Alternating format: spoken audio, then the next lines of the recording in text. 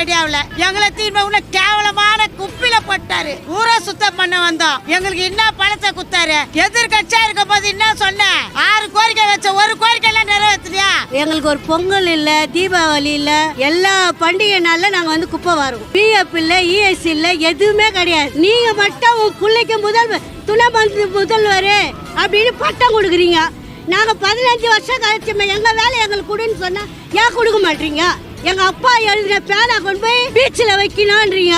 நாங்க செய்யற வேலையை எங்களுக்கு கொடுக்க உனக்குனா நோவுது. அத சொல்லு. என் பொண்ணு 2 பேரை பிள்ளைய நான் காப்பாற்றணும். இன்னைக்கு வெளியே போனா நான் எப்படி காப்பாத்துது? பிச்சை எடுக்கவா? வல்லரசு நாடுன்ற அந்த நாட்டுல நான் பிச்சை எடுக்கிட்டா? அப்புறம் 55 வயசு ஆகுது. நான் உழைச்சி ஒரு குடும்பத்தை காப்பாத்துறேன். என் பிள்ளைய குடிகார பிள்ளைய ஆக்கிட்டீங்க. சம்பாதிக்கிட்ட ஒயின் ஷாப்ல வைக்கிறான். என் மருமகனை குச்சி செத்துட்டான். அந்த குடும்பத்தோட வந்து இந்த சென்ட்ரல்ல பிச்சை எடுக்கவா? அவங்க மேயரன் தான் பேரு. ஆனா மேயரை வந்து பின்னால வந்து ஊக்குவிச்சு செயல்படுத்துறது வேற ஆளு. இது வந்து மேயருக்கான அழகு கிடையாது. இப்போ ஒருவேளை எங்களை கைது செஞ்சாலும் வலுக்கட்டாயமா தூக்கின்னு போயிட்டு எங்காலும் எங்களை கூட்டின்னு போய் நிப்பாட்டினாலும் மறுபடியும் கூட்டாக வந்து இங்கே தான் வந்து நிற்போம், இங்கே தான் வந்து சேருவோம். நாங்கள் 15 வருஷம் வேலை செய்கிறோம்ப்பா. இந்த 15 வருஷத்தில் எங்களுக்கு யாரும் எந்த ஒரு நடவடிக்கை எடுக்கல. ஒரு பர்மனெண்ட்டும் போடல. நாங்கள் வர்தா புயல்லேருந்து வேலை செய்தோம், கொரோனாவில் வேலை செய்தோம். எங்களுக்கு யாரும் எதுவுமே கொடுக்கல. எங்களுக்கு ஒரு வேலை ஊர்ஜிதம் கொடுக்குறேன்னாரு. ஸ்டாலின் ஐயா வந்தார். நான் ரெடி, நீங்கள் ரெடியானாரு. அவர் ரெடி ஆகிட்டார், நாங்கள் ரெடி ஆகலை. எங்களை தீர்மை உள்ள கேவலமான குப்பியில் போட்டார். அந்த குப்பையை வாரத்தான் நாங்கள் வந்தோம். ஊரை சுத்தம் பண்ண வந்தோம். ஊரே சுத்தம் பண்ணோம். எங்களுக்கு என்ன பணத்தை குத்தாரு? எந்த பணத்தையும் கொடுக்கல. ஒரு சம்பள உயர்வுனாரு, அந்த உயர்வு கொடுத்தாரா? அதுவும் இல்லை. ஊர்ஜிதமான வேலையை கொடுத்தாரா? அந்த வேலையும் கொடுக்கல. எங்களுக்கு ஏன் கொடுக்கல?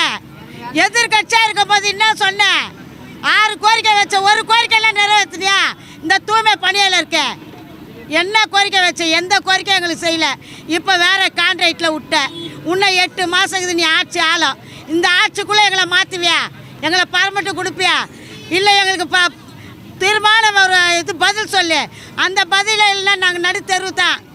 நாங்கள் குப்பையை வாரி, குப்பையை வாரி, புள்ளையை விட்டு, குட்டியை விட்டு, புருஷனை எழுந்து எல்லாத்தையும் விட்டு வந்து இதில் வேலை செய்தோம். எங்களுக்கு என்ன பலன்? எந்த பலனும் இல்லை. நீங்கள் தான் ஐயா எங்களுக்கு தீர்மானம் ஒரு பதில் சொல்கிறோம். 13 வருஷமாக வேலை செய்கிறோம். எங்களுக்கு ஒரு பொங்கல் இல்லை, தீபாவளி இல்லை, எல்லா பண்டிகை நாளில் நாங்கள் வந்து குப்பை வரோம். பிஎஃப் இல்லை, இஎஸ் இல்லை, எதுவுமே கிடையாது. வந்தால் கூலி இல்லைன்னா இல்லை.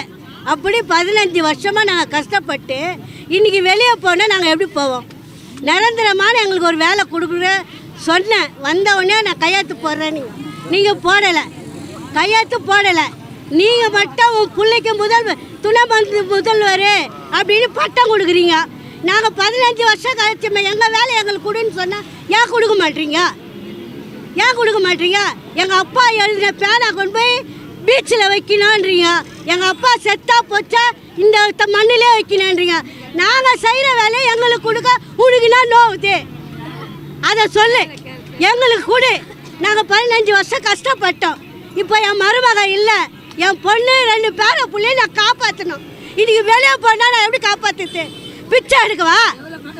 வல்லரசு நாடுன்ற அந்த நாட்டில் நான் பிச்சை எடுக்கிட்டா? நான் உழைச்சி தானே சாப்பிட்றேன். 55 வயசு ஆகுது. நான் உழைச்சி ஒரு குடும்பத்தை காப்பாற்றுறேன். என் பிள்ளைய குடிகார பிள்ளைய ஆக்கிட்டீங்க. சம்பாதிக்கிட்ட ஒயின் ஷாப்பில் வைக்கிறான். என் மருமகனை குச்சி செத்துட்டான். நான் உழைச்சி என் குடும்பத்தை காப்பாற்றுறேன். அந்த குடும்பத்தோடு வந்து இந்த சென்ட்ரலில் பிச்சை எடுக்கவா? அது சொல்லுங்க. எதுக்கு வந்த நீ? எதுக்கு அரசியலுக்கு வந்த? ஏழை மக்களுக்கு பொம்பளைங்களுக்கெல்லாம் நான் சலுகை தரேன்னு இட்டு வந்தீங்க உட்கார வைக்கிறதுக்கா? என்ன சலுகை கொடுத்த? 1000 ரூபாய் கொடுத்த. இருக்கப்பட்டவங்களுக்கு 1000 ரூபாய் இல்லாத இருக்கப்பட்டவ தான் வாங்குறா. இல்லாதப்பட்டவங்களுக்கு இல்லை. 1000 ரூபாய் கூட வாங்கலை. என் ரேஷன் கார்டு எடுத்துன்னு வந்து காட்டுறேன். வாங்குறேன்னா 1000 ரூபான்னு பாரு. விதவை காசு வாங்கினா அது இல்லை, இது வாங்கினா இது இல்லை. நீ யார் அந்த சட்டம் போகிறதுக்கு? உன்னை யார் பஸ்ஸு ஃப்ரீயாக விட சொன்னேன்? நாங்கள் விட சொன்னோமா? அதெல்லாம் ஃப்ரீயாக விடு. எங்கள் சோத்தில் மண்ணை காலன்னு சொன்னோமா உன்னை? அதெல்லாம் வேணாங்க.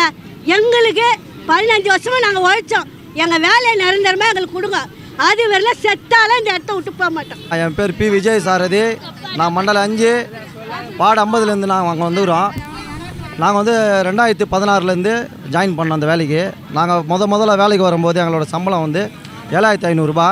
7,500 வந்து படிப்படியாக கொஞ்சம் கொஞ்சமாக 13 ரூபா 12 ரூபா அந்த மாதிரி 16 ரூபா 17 ரூபான்னு சொல்லி சில்லறையாக வந்து ஒரு கொஞ்சம் கொஞ்சமாக ஒரு சம்பளம் தாண்டி தான் இன்றைக்கி இந்த 15,000 ரூபாயிலேருந்து 18,000 ரூபா வரைக்கும் வந்தோம். அதுக்கப்புறமா ஒரு 4 நாள் உண்ணாவிரதம் இருந்து உழைப்போர் உரிமை இயக்கத்தின் அண்ணன் கு பாரதி அவர்களால் 4 நாள் உண்ணாவிரதம் அவர் அங்கே இருந்தார். அந்த 753 ரூபா எங்களுக்கு பெற்றுக் கொடுத்து இன்றைக்கி 23,500 ரூபாய் சம்பளம் வாங்குறேன்னா அந்த உழைப்போர் உரிமை இயக்கத்தின் அந்த சங்கத்தினுடைய தோழர் கு பாரதி அண்ணா அவர்கள் தான் போய் சேரும். ஏன்னா இன்றைக்கி வந்து அவர் எங்களுக்கு ஒரு தூணாக ஒரு சப்போர்ட்டாக எங்களுக்கு நின்று எங்களை காப்பாற்றின்னு வராரு. இது வரைக்கும் எல்லா கட்சிக்காரங்களும் வராங்க போகிறாங்க. ஆனால் என்ன ஏதுன்னு வந்து இது வரைக்கும் மேலேருந்து உள்ளேருந்து யாரும் வந்து எங்களை கேட்கல. என்ன மழையில் கூட சரி அடிக்கிற மழையிலும் வெயிலையும் எங்களுக்கு இந்த தொண்டு நிறுவனம் போல் கட்சி ஆளுங்க அப்பப்போ ஒரு வேளை சாப்பாடு தான் எங்களுக்கு வருது. சில பேர் நாங்கள் சாப்பிடாம கூட இப்படியே தான் உட்காந்துக்கிறோம். அதனால் நாங்கள் 2 கோரிக்கை மட்டும்தான் வச்சுக்கிறோம். எங்கள் தமிழக அரசுக்கு எங்களுக்கு வந்து அவுட் சேசிங் பண்ணக்கூடாது. எங்களோட வேலை எங்களுக்கு தான் கொடுக்கணும். நாங்கள் வந்து ஒவ்வொருத்தரும் 15 வருஷம் 12 வருஷம் 16 வருஷம் 18 வருஷம் வேலை செஞ்சவங்களாம் இங்கே இருக்கிறாங்க. எல்லோரையும் பணி நிரந்தரப்படுத்த வேண்டும் தான் எங்களோட கோரிக்கையே. எங்களை வந்து தொகுப்பூதியமோ என்ன மறுபடியும் அந்த NLMல கொண்டு போய் எங்களை போய் சேர்க்குறதோ இதுக்காக நாங்கள் வரல. நாங்கள் பணி ஆணைக்காக தான் இங்கே வந்து உட்கார்ந்துக்கிறோம். இதுக்காக எங்கள் உழைப்போர் உரிமை சங்கத்தின் சார்பாக நான் அவங்களுக்கு எங்களுக்கு ஃபுல் சப்போர்ட்டாக அவங்க நிற்கிறாங்க. இது வரைக்கும் வந்து சொல்கிறாருமா, இது வரைக்கும் வந்து ஆளுங்கட்சியிலேருந்து மேயர் பிரியாவோ அண்ணன் PK சேகர் பாபோ யாரும் எங்களை வந்து பார்க்கல. ஏன்னா நேற்று கூட ஒரு பேட்டி கொடுத்துக்கிறாங்க மேயர் பிரியா என்னன்னு, இதை போல் வந்து அவங்களே தானாகவே வந்து சேர்ந்துருவாங்க. அவங்களுக்கு வந்து அந்த புரிதல் இருக்குது. ஆனால் சில பேர் சங்கங்கள் தான் அவங்கள வந்து தடுக்கிறாங்க சொல்லி அவங்க வந்து புரளி கிளப்பி விட்டுனுக்குறாங்க. அவங்க அப்படி பேசுகிறவங்களா இருந்தால் நாங்கள் இத்தனை நாள் இங்கே இருக்கிறோமே எங்களை வந்து சந்திச்சாங்களா, நீங்கள் சாப்பிட்டீங்களா, உங்களுக்கு கோரிக்கை என்னன்னு சொல்லிட்டு வந்து கேட்டாங்களா? கேட்கறது கிடையாது. அவங்க மேயரன் தான் பேர். ஆனால் மேயரை வந்து பின்னால் வந்து ஊக்குவிச்சு செயல்படுத்துறது வேறு ஆள். அதனால் இது வந்து மேயருக்கான அழகு கிடையாது. வந்து எங்களை சந்தித்து எங்களோட கோரிக்கைகள் என்னன்னு கேட்டு எங்களோட கஷ்டத்தையும் எங்களுக்கு பங்கு போடுன்னு இத்தனை வருஷமாக நாங்கள் உழைச்சதுக்கு எங்களை பலன் இல்லாமல் இன்றைக்கி நடு ரோட்டில் கூட்டின்னு வந்து நீங்கள் போட்டுக்கிறீங்க. அதனால் அவங்க கொடுத்த பேட்டியெல்லாம் உண்மை கிடையாது. நாங்கள் வந்து யாரும் வந்து நாங்கள் போய் வேலை செய்கிறோன்னு சொல்ல, எங்களுக்கு நாயம் கிடைக்கிற வரைக்கும் நாங்கள் இங்கே தான் இருப்போம் இங்கே தான் இருப்போம். இது யார் வந்து சொன்னாலும் நாங்கள் மாற்ற மாட்டோம். ஆகஸ்ட் 15 வந்தாலும் சரி, ஆகஸ்ட் தாண்டி போனாலும் சரி, எங்களுக்கான தீர்வு வர வரைக்கும் எங்கள் போராட்டம் இங்கே தான் இருப்போம். ஒருவேளை எங்களை கைது செஞ்சாலும் வலுக்கட்டாயமாக தூக்கின்னு போயிட்டு எங்களை கூட்டின்னு போய் நிப்பாட்டினாலும் மறுபடியும் கூட்டாக வந்து இங்கே தான் வந்து நிற்போம், இங்கே தான் வந்து சேருவோம். கொடி ஏற்றினாலும் எங்களை தாண்டி தான் வந்து போனோம். ஒரு மேயருக்கு வாசப்படி முன்னால், ஒரு மேயர் பின்னால் வழியிலேருந்து வரக்கூடாது. முன்னால் வந்தால் நாங்கள் எல்லோரும் சேர்ந்து கேட்போன்னு சொல்லிட்டு தான் பின்னால் வழியிலேருந்து வராங்க. மேயரும் சரி ஒரு மினிஸ்டரும் சரி வந்து எங்களோட வந்து பேசணும்ண்ணா, புரியுதுங்களா? அவங்க கொடி ஏற்றுறதுக்கு முன்னால் வழியில் போகிறாங்களா பின்னால் வழியில் போகிறாங்களா நீங்களே பார்க்க போகிறீங்க. போதுமா? அவங்க வந்தாங்கன்னா கண்டிப்பாக நாங்கள் தடுத்து நிறுத்தி அவங்கக்கிட்ட நாங்கள் கேட்போம். நான் அதிமுக ஆட்சியில் இருக்கும்போது எங்களுக்கான சப்போர்ட் யாரும் இல்லைண்ணா, உண்மையாக சொல்கிறேன். சங்கங்கள்லாம் இருந்தது, சங்கங்கள்லாம் செயல்படுத்திருந்தது, எல்லா சங்கம் இருந்ததுண்ணா செயல்படுத்திருந்தது. இருமா, அதிமுக ஆட்சியில் இருக்கும்போது இது போல் வந்து எங்களுக்கு எந்த சங்கமும் வந்து ஆதரவு தெரிவித்தோ இந்த மாதிரி ஒரு சப்போர்ட்டாக எங்களுக்கு வந்து பண்ணதுக்கு யார் கிடையாது. எங்களுக்கு அந்த அந்த அந்த அளவுக்கு ஒரு தெளிவு இல்லை.